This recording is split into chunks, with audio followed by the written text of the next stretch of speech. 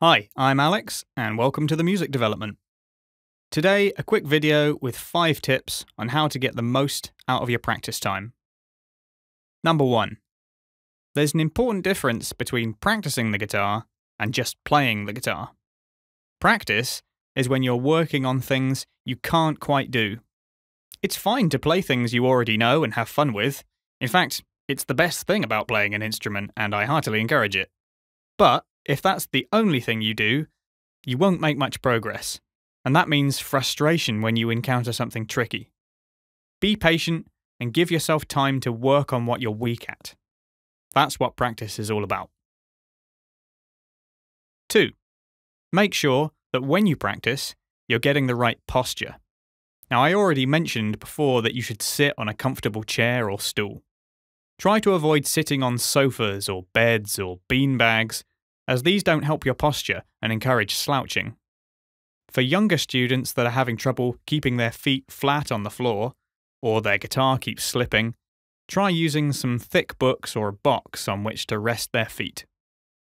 3. Make sure to use a metronome when you practice.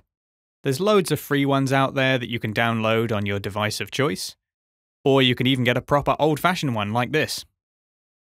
When you use the metronome, remember that you're playing with it, so try and hear the click and your guitar together, and start at a speed where you can keep up with it. It doesn't matter if it's really slow, we're aiming for accuracy first, and speed comes later. Number 4.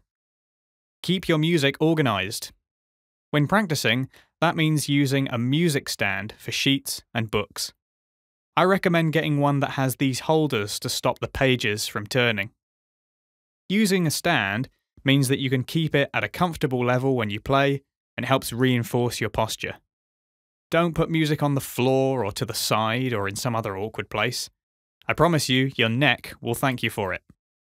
Outside of practice, I'd also recommend a folder to keep all your music and books in good condition and all in one place.